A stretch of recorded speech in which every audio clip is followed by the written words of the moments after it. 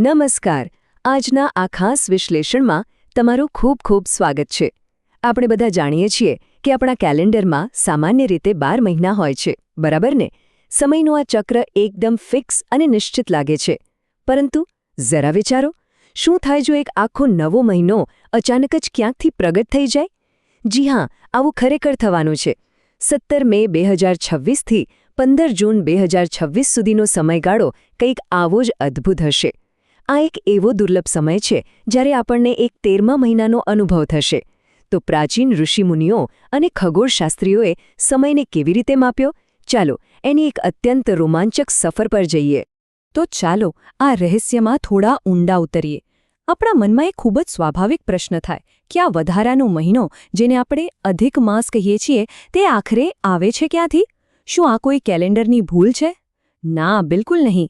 ખરેખર તો આની પાછળ એક અત્યંત ગહન ગાણિતિક ગણતરી અને હજારો વર્ષ જૂનું આધ્યાત્મિક રહસ્ય છુપાયેલું છે. આપણું જીવન અને આપણો સમય આ અનંત બ્રહ્માંડ સાથે કેવી રીતે જોડાયેલા છે તેનું આ એક જીવંત ઉદાહરણ છે. હવે સૌથી પહેલાં આપણે આ બ્રહ્માંડીય કેલેન્ડરનું ગણિત સમજીએ. આ ખગોળીય વિજ્ઞાન કેવી રીતે કામ કરે છે તે જાણવું ખરેખર રસપ્રદ છે. જુઓ, આપણી સમયની ગણતરી મુખ્યત્વે 2 અલગ અલગ ખગોળીય ચક્રો પર આધાર રાખે છે. એક તરફ છે આકાશમાં ઝળહળતો આપણો સૂર્ય.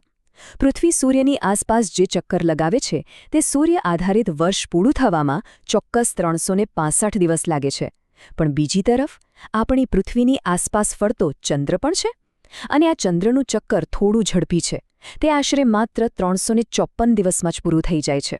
એટલે કે આ 2 મહાન ખગોળીય પિંડો સમયની એકદમ અલગ અલગ ગતિએ ચાલી રહ્યા છે. અને આ 2 અલગ અલગ ગતિને કારણે જ એક બહુ જ રસપ્રદ સ્થિતિ ઊભી થાય છે. સૂર્યવર્ષ અને ચંદ્રવર્ષ વચ્ચે બરાબર 11 દિવસનો તફાવત રહી જાય છે. હવે આ 11 દિવસ કોઈ નાની વાત નથી હો. દર વર્ષે આ 11 વધારાના દિવસો ચૂપચાપ ભેગા થતા જાય છે. જરા વિચારો, જો આપણે આની નોંધ જ ન લઈએ તો થોડા જ વર્ષોમાં સમયની ગણતરીમાં એક બહુ મોટો ખાડો પડી જાય અને આપણા કેલેન્ડરમાં તો ભારે ગરબડ થઈ જાય. તો પછી આનો ઉકેલ શું?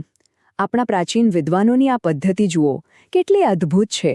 દર વર્ષે જે પેલા 11 દિવસ જમા થાય છે ને, તે 3 વર્ષના અંતે ભેગા મળીને આશરે 33 દિવસ થઈ જાય છે. એટલે કે બરાબર એક આખો નવો મહિનો. અને બસ આ જ વધારાના મહિનાને આપણે દર 3 વર્ષે કેલેન્ડરમાં સરભર કરવા માટે ઉમેરી દઈએ છીએ. જો આ અધિક માસની વ્યવસ્થા ન હોત ને, તો કદાચ આપણી દિવાળી ઉનાળામાં આવતી હોત અને હોળી ભર ચોમાસામાં.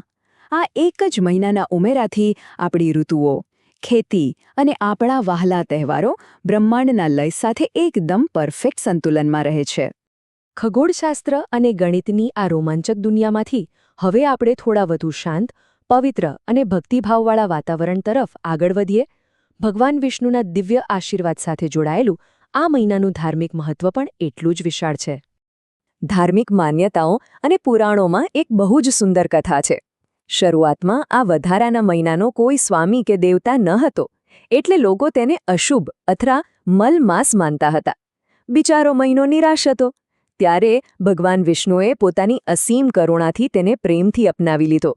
એટલું જ નહીં, આ અનંત બ્રહ્માંડના પાલનહારે તેને પોતાનું સર્વશ્રેષ્ઠ નામ પણ આપ્યું, પુરુષોત્તમ. અને ત્યારથી જ આ મહિનો પુરુષોત્તમ માસ તરીકે ઓળખાય છે. આ એવો સમય છે જ્યારે ભગવાનની દિવ્યતા ચારે તરફ રેલાતી હોય છે.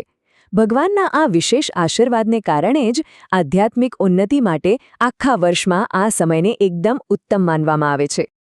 તો હવે સવાલ એ છે કે આ પવિત્ર સમયગાળાનો આપણે વ્યવહારિક રીતે કેવી રીતે મહત્તમ આધ્યાત્મિક લાભ લઈ શકીએ.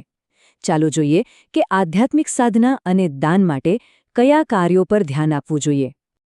અહીં સૌથી મહત્વનો સિદ્ધાંત છે કે આ મહિનામાં આપણું ધ્યાન બહારની દોડધામથી હટીને અંદરની શાંતિ તરફ વળવું જોઈએ. એટલે જ લગ્ન, ગૃહપ્રવેશ કે નવા વ્યવસાયની શરૂઆત જેવા ભૌતિક કાર્યો આ સમય દરમિયાન થોડા સમય માટે અટકાવી દેવામાં આવે છે. તેના બદલે આપણું સંપૂર્ણ ફોકસ મન અને આત્માને શુદ્ધ કરતા કાર્યો પર હોવું જોઈએ. જેમ કે જરૂરિયાતમંદ લોકોને અન્ન અને વસ્ત્રનું દાન કરવું, શાંતિથી બેસીને ભગવદ્ ગીતાનો પાઠ કરવો અને ભગવાન વિષ્ણુના મંત્રોનો જાપ કરવો. એવું કહેવાય છે કે આ સમયમાં નિસ્વાર્થ ભાવે કરેલી સેવા અને ભક્તિ સીધી ભગવાનના ચરણોમાં પહોંચે છે અને તેનું અનંત ગણું ફળ મળે છે. વિજ્ઞાન અને અધ્યાત્મના આ અદ્ભુત સંગમ સમાન પુરુષોત્તમ માસ આપણને પ્રભુની સાચી કૃપા પ્રાપ્ત કરવાનો એક અમૂલ્ય અવસર આપે છે. તો જ્યારે 2026માં આ દુર્લભ અને પવિત્ર સમય ફરીથી આવશે ત્યારે તમે તમારી આંતરિક શાંતિ અને આધ્યાત્મિક જાગૃતિ માટે કયા સંકલ્પો લેશો, આ ચોક્કસથી વિચારવા જેવું છે. દાન, પુણ્ય અને સાચા ભાવથી આપણે સૌ આ સમયને સાર્થક કરી શકીએ છીએ. આ વિશ્લેષણ અહીં પૂર્ણ થાય છે. સમય કાઢીને મારી સાથે જોડાવા બદલ તમારો ખૂબ ખૂબ આભાર. જય શ્રી કૃષ્ણ.